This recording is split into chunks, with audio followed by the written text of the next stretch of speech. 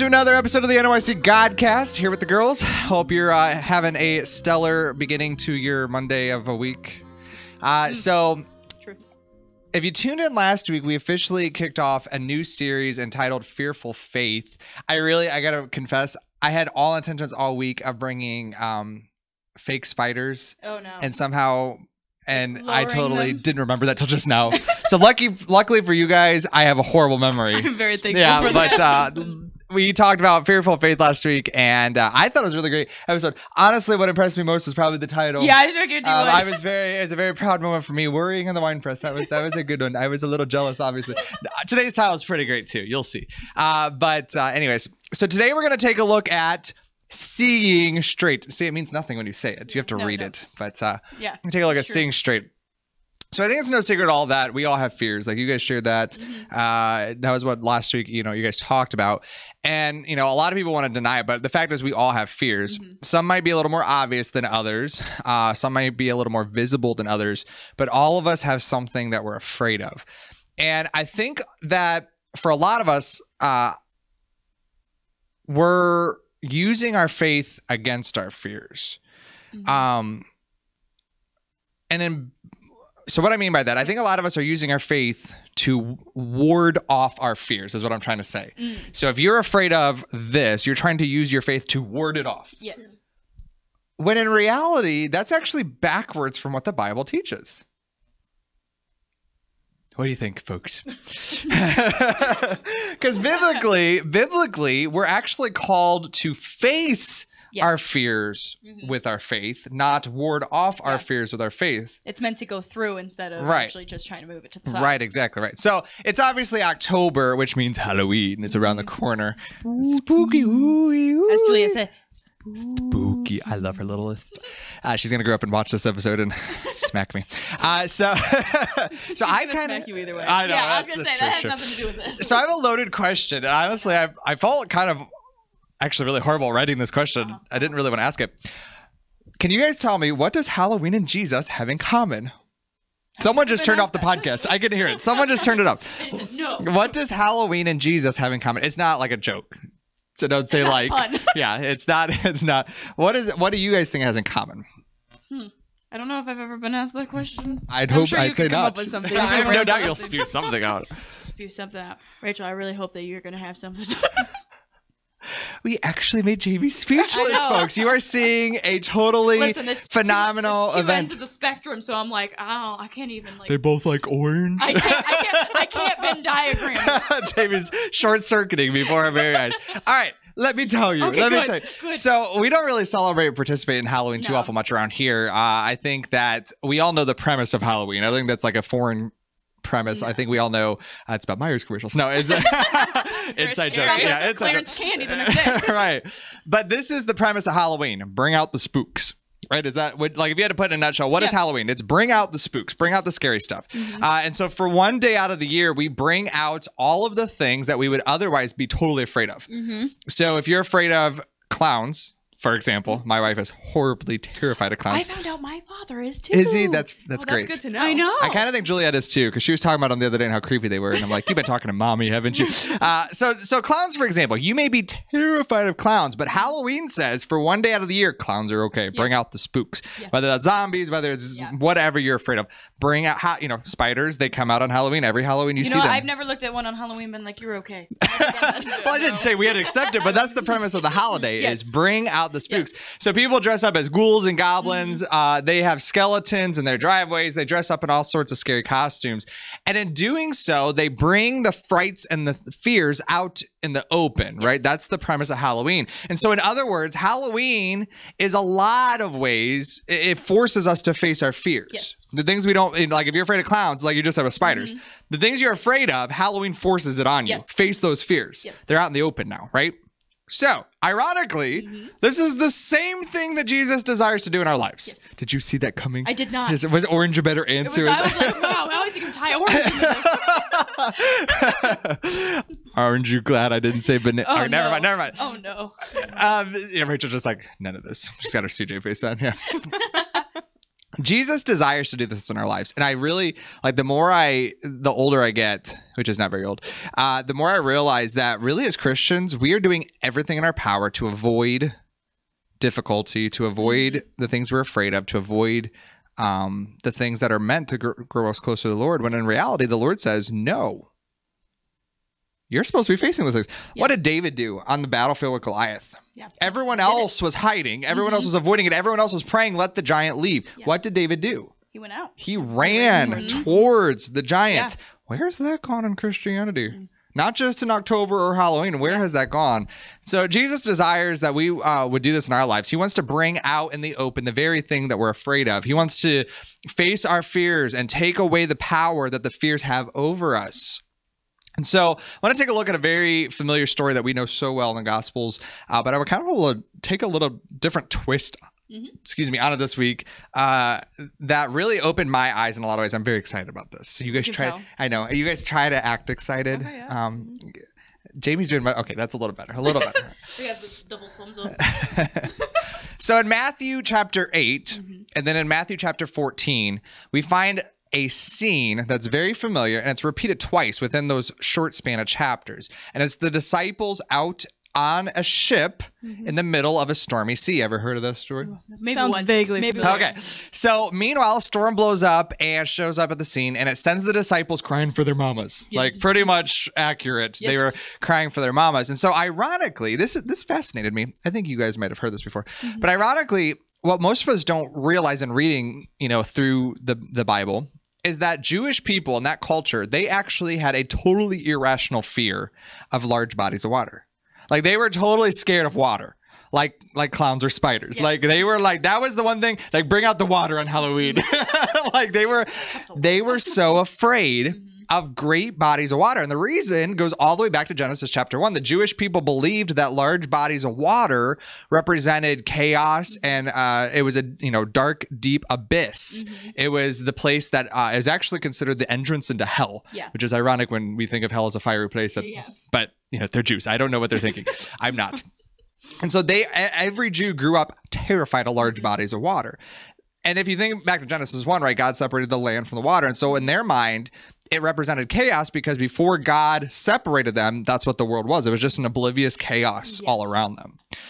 And so anytime things got a little bit out of hand out at sea, the Jewish people totally and completely freaked out because of their fear of the chaos, the fear of what they couldn't control.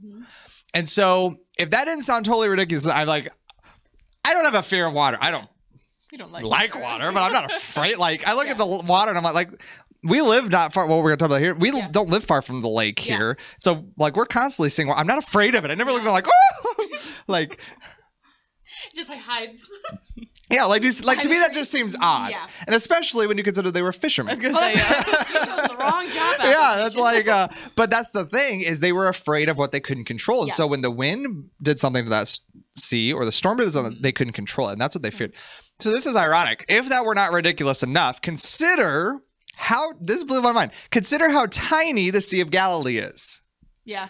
So the NOYC headquarters where we're at right now, we're just down the road from Lake Erie. Right down the road, you can almost see it if you had really good vision. Yeah, you can smell it. But it's really close, right? And so Lake Erie is actually the smallest of the Great Lakes. Yes. So there are, what, 4 Great Lakes? Oh, I probably should have done some more research. 5? Superior. Michigan, Superior, Ontario. You're copying me. You're no help at all. But you look so smart. But I look like I know everything. There's one more.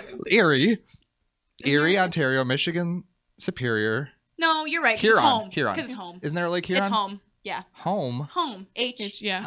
Yes. Yeah. Okay. I'm like, what do you mean there's not a lake home? Yeah. So it's 4. Okay. See, I knew what I was talking about. School was a long time ago.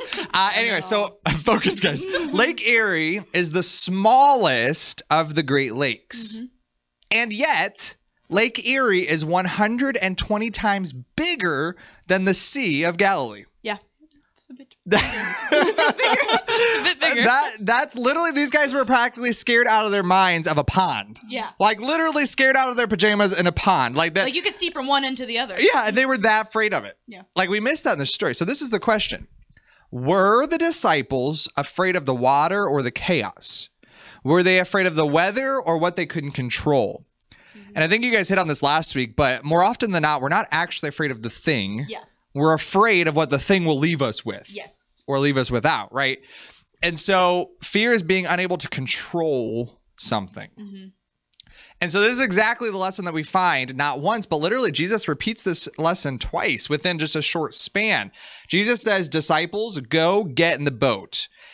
And knowing good and well that this storm, this scary storm at sea was just around the corner. Jesus sends them into the middle of their storm. Do we get that in the story? Like Jesus says, go, there's going to be a storm. Or maybe he's back there laughing behind his face mask. But do we see that? Like literally Jesus is saying, you're going to do this. You're going into your storms. I'm putting you there. Yes. And yet so often we hyper spiritualize this, right? We sing songs about it, about bless the Lord, Jesus is in the middle of this. And he is, but do we see he's the one that sent us there? But the whole point of the story is trusting him where he puts us. Well, I think that's the funny thing is that we're all like, oh yes, in the middle of my storm. But then when you're in the middle of the storm, you're here. They are not here. Right. Like there's someone. And that's what they did. Yeah, that's exactly what they did. They knew he sent them. But then they forgot completely that they were they were there. So this is the question I want us all to grasp today. If you leave with nothing else, I want you to grasp this. Not how many lakes there are and she keeps saying that. I think she wants to go home. Why would Jesus send them there? Why would Jesus send them to their demise? Why would he put them seemingly in harm's way? Why would Jesus do that? That seems so out of character for the Jesus we all talk about all the time. This is what I want us to grasp. This is the thing. Jesus is not concerned about your comfort. He is concerned about what controls you. Yes. I want you to read that for them. Me? They tend not to listen to me. I want them to. Do you have it memorized? The bold? Is that what I'm reading? Yes. Okay. They're not supposed to know. I mean, if I were just to remember exactly word for word what you said, it would be. Did I mention they don't listen to us?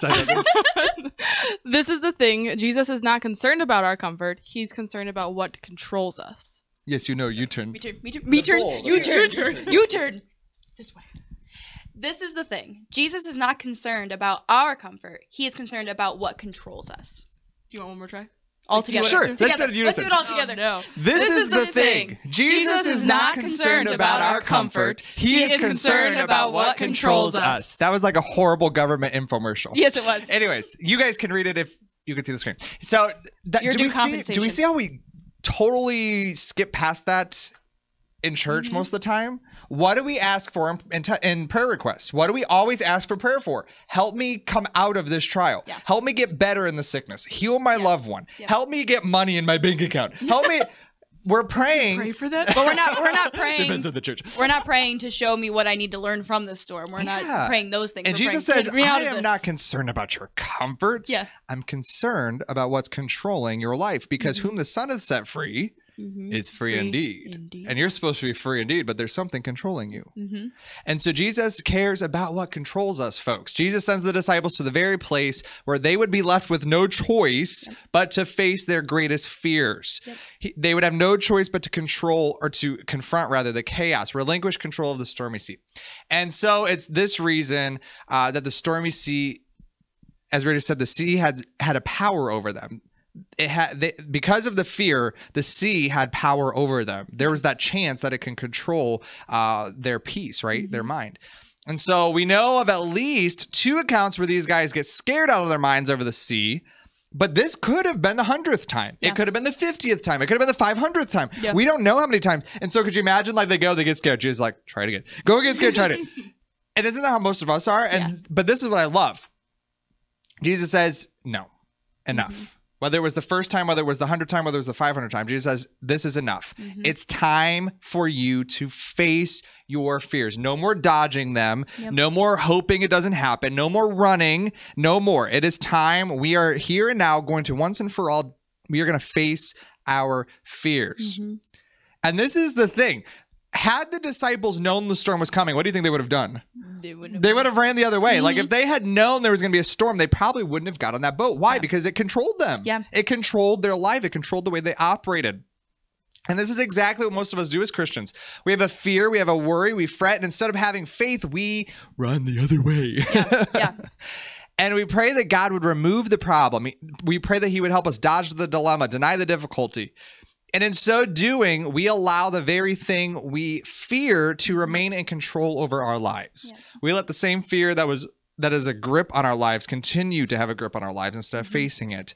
And if the disciples had skipped the stormy sea, the next trip with the wind and the waves would have once again gripped their hearts again, right? Yep.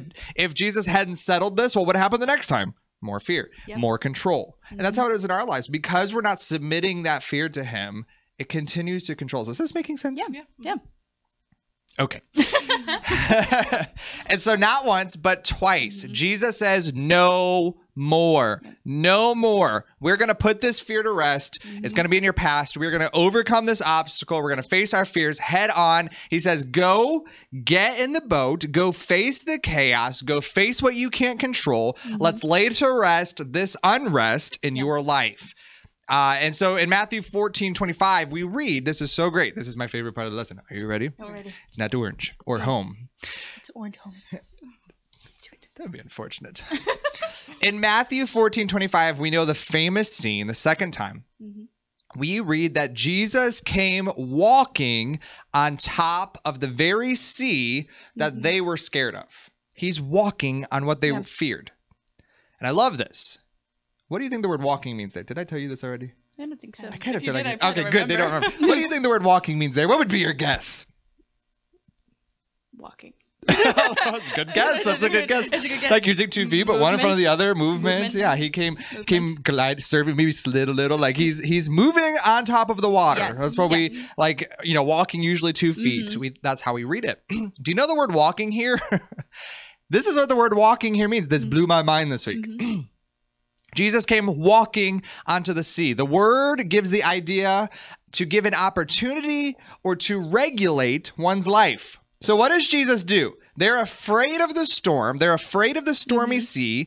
And Jesus comes and he gives opportunity. What does Jesus do? Jesus comes and he tries to regulate what was controlling them, regulate what they feared. Yeah. It doesn't even say he used his feet. The word means give opportunity or regulate. That's what Jesus came to do when he walked in that water. And so catch this, the very waves the disciples worried about, the very sea that had them scared, Jesus uses as an opportunity. Jesus uses it to regulate their lives, meaning Jesus lays to rest once and for all the sea that scared these men by placing what they feared under his feet. Yeah. And in the second storm, as we read, Jesus comes walking out on the water. But a strange thing takes place. And this, I want us to grasp with. This is what happens. Jesus is walking on the water. And yet, this man that they had spent day in and day out with, this man that they had been with for years, did not recognize him. It could have been anyone. I mean, they thought it was a ghost, right? Yeah. They could not see Jesus. Why could they not see Jesus? Because their fear so captivated their attention. And in the middle of the storm, when they needed him the most, the disciples didn't recognize Jesus. And this is the thing this morning, evening, or night, whenever you are watching. This is the thing. Everything, every single thing that we could ever fear in life is placed under Jesus's feet. Yeah. He is greater than anything. And so, anytime we fear, anytime we're afraid, we are not seeing straight. We are not seeing Jesus. We are not seeing him walking. We're not seeing him on top of our fear. We're not seeing our fear under his feet. We're not seeing straight. That's what the story is telling us. That's what the scene says. We're lacking an understanding of who Jesus truly is. And so we might serve him day in and day out. We may go to church. We may pray. We may worship. We may spend a lot of time with him. But the very fact is that if you are afraid, it proves that just like the disciples, we're failing to recognize who he is. Yeah. And I think the problem is we put ourselves in our own situation. Like, so this, we can be like, oh yeah, of course. Like, but Jesus is there. Like, you see that. But like, when you're in the middle of it and putting your own, like when you're actually in your own personal issue, you're like, there's absolutely no way that this is supposed to be how this is. I think that, and a lot of times I think we attribute it to the devil. We're always like, Satan brought this my way, when it very well could. Jesus could have said, go get in the boat. Yeah, exactly. It very well could be Jesus, and we like kind of brush it off as Satan's just trying to mess with me, when it's really Jesus trying to teach you a lesson. guys are doing such a good job. I really want us to grasp. Like, I don't know what you're going through right now. I don't know what you guys are going through right now. Whether you're going through a storm in your life right now or whether you're facing a fear right now, what are you looking at? And like, that's the obvious, like when we talk about Peter walking the wall, that's the obvious story you always hear there. He took his eyes off of Jesus. But what I want us to recognize is when we are afraid, we cannot see who Jesus is. Who is Jesus? He's the one. He's the top of the pyramid, right? He's the one at the top of the food chain. All else are below him. When we are afraid, we are not seeing straight. We're not seeing him for who he is. We have to degrade him in order to be afraid. Well, I think it's so funny because we can see this in a physical sense, in much smaller scale. But like when you're a kid, if you have your dad there, your mom there, or whatever, you don't even think about it. Like I remember going through even like spider situations. I'm afraid of spiders. Spider situations. That's our next podcast. I'm afraid of spiders. But like when I was younger and I seen a spider, I'd be afraid. But as soon as my dad was there, I wasn't afraid of it anymore because I knew that my dad was going to get it. So it could be said, this is, I don't know if I should say this, it's almost irreverent, but it could be said in your situation that the spider was under your dad's feet. Yes. Which probably was the outcome of that story. I mean, he broke an outlet once. Would you stop this? How do you? I don't want to know. You know what? I should give the picture because I have the picture of it. Of course you do. But that's why you weren't afraid. Yes. That spider was not greater than your dad. Yeah, exactly. And so it took the fear away. It took the control that spider had over your life away. Why? Because that spider was under your dad's feet. Yep. Whether literally or hypothetically. Like in any situation, there's people that you know that like when they're with you, you know that you're protected. You have your obviously your protection, your guidance, whatever. It's hard for us to apply that to someone. Well, and like your little illustration is great, many reasons, but because it would be ridiculous to watch a spider pick up Tom and slap him. I think of the Incredible Hulk. Very terrified of that spider. Incredible Hulk and Loki, right? That's what I said. It'd be funny to see a little tiny itsy bitsy spider do that to Tom. Why? Because that's ridiculous. Tom is greater. Yeah. Do we see that's Jesus? Yeah. In everything we face, in every fear we have, it would be ridiculous. It's under his feet. Yep. And yet we're allowing it to control us. Yep. I don't know. It seems so obvious in my mind, but I feel like it's kind of hard to articulate. I think it's hard It's hard to undo what we know so much of. Well, I think it's hard because, like, of course you know that because it's physical. Right. You see that. It's every day. You see it when you're trying to apply it to, even though God is the one that created everything, the things that you're actually, like, afraid of, he knows what they are. He created that, or, however that works. But, like, I think it's hard for us to apply that to him because then it's like the whole thing with the last series that we had. We assume that he's like far off in a weird, distant reality that we can't have with us. Right. So I think that's the problem. Is we're like, well, yeah, it'd be nice if you come down here and help me with this, but like he can't. You know what I mean? I think that's where our brains are. Yep. So we can't see straight during storms, whether it's spiders, whether it's a storm at sea, whether it's clowns, whatever you're afraid of. I think last year Google Earth. Your family. Google Earth. Is that a fear? I don't like Google Earth. I could understand that. I don't like Google Earth. Yeah, I could understand that. But whether it's like you said with your family last week, like I think anyone who's a parent or married can feel that. But anytime we're afraid, anytime we're fearful, we are not seeing straight. And this is the very reason that Jesus says, go face that. Why? Because it's controlling you. Yeah. It is altering how you live. It's altering who you are. It's altering me in you. It's altering me being preeminent. And so what does Jesus say to do? He says, go, get in the boat.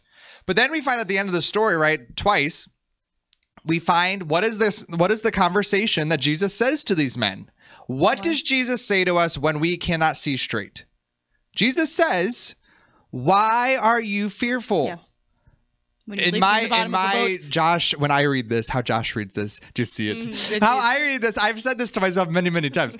It's awkward talking to yourself about such things, but I say this like this is what Jesus says to them. Why are you so fearful? Why do you have such itsy bitsy tiny baby pathetic faith? Why? That's what Jesus wants to know. Is this what your morning affirmations when you get in the mirror? I go the word brush where they why is your baby faith? Was it itsy bitsy? But that's what Jesus says. Like we're so used to why do you have like ye of little faith is what he says. We hear that. But do we get Jesus is calling them out, guys? Why? It'd be like your dad saying, Jayme, the spider is under my foot. Why would you be? That's what Jesus is saying here. Why do you have such itsy bitsy baby pathetic faith? Yeah. I am above all. All of those waves, all of those storms, all of those seas, they're under my feet. Yeah. Silly disciples. So this is the question. This is the question I want to challenge us with today. Obviously, none of us want to go around chasing down ghouls and goblins. Do they sell ice cream? That's the question. Just ruin the whole podcast, Jayme. Just ruin the whole because now my mind's on ice cream. I like lost. Obviously, we don't want to go pursuing our fears. Like, it's not like we want to go, I'm not going to go. You don't want to go be a farmer of spiders. I'm not going to go in arachnid. Jayme does, or Jenny doesn't want to go into a carnival of clowns. Like, it's not like we want to go chasing the things that scare us. None of us want to go chasing down these things in our lives. But are we allowing Jesus to walk upon the waves of our lives? Are we allowing him to bring us into it? And then while we're in there, not saying stop the storm, stop storm, stop storm, stop storm. But are we saying, Jesus, put it under your feet. Jesus, this is controlling me. I want you to be over this. I want to bring this into your submission. Are we doing that? Because I don't see that in church. I don't see that in my life. Itsy bitsy tiny fit. So are we giving him, so Jesus came walking on the water, right? Are we giving Jesus the opportunity to regulate our lives? Are we giving him the opportunity to take back control of the things that control us, to release the fear that our faith is meant to conquer? Well, I think back to the analogy of like my dad killing a spider. If my dad comes, he's gonna have to listen to this podcast. He is gonna have to. Maybe he'll be a guest next week and show us how he does it. It'll be just him doing this. It'll be him saying this. That sounds all right. No, but like even in that same what's the word? Ice cream. Illustration. Ice cream. Oh, okay. Orange. In that illustration, as soon as dad walks into the room, I'm not worried about how that spider's gonna get killed. It's just, you just know it's going. Yeah, I don't know how it's going to work, but I don't have to worry about it. He may poison it. He may slap it. He may break the outlet. He may burn it. He may break the, Like, that's my thing is like. But it's none of your business. Exactly. You just know he's going to. So when you're telling Jesus to be over top of your issue, you're basically saying, you don't have to fear it anymore. Not that it's going to go away. Not that anything could not even change. You just know he's going to handle it. Yeah. He's going to be in control. Yeah. And that's what I think we lack. Yeah. And that, again, it comes back to not seeing straight, right? We're not seeing him for who he is. And so are you giving Jesus the opportunity to walk on your waves? Are you giving him opportunity to change what controls you and your life? Are we just asking him to hurry and take it away? Are we asking him to remove the problem? Are we praying to dodge the difficulty? Are we praying that the storm would just be removed? Yeah. I don't quite know why you hold the mic like you're talking. Every time I look at you, I'm like, oh, she doesn't comment. She's just silent. I'm like, you're very prepared for nothing. Yeah, you need better role models. You know what she's trying to do? She's making sure that the laughs get in there. That's all I have. Yeah. All right. Well, we're not done. Yeah. Oh, this isn't the end of the podcast. I thought we were done. Okay, I was getting ready to do a quote and a song. You wrote this. I know. It's been a couple days. So ask yourself this. Are you praying that you don't have to face that storm? Are you praying that you won't have to face that fear? Praying it won't be cancer. None of us want cancer. None of us want our loved ones to have cancer. How often are we praying it won't be cancer when Jesus says, in the middle of your cancer, I will take away the control cancer has? Cancer is under my feet. Yes.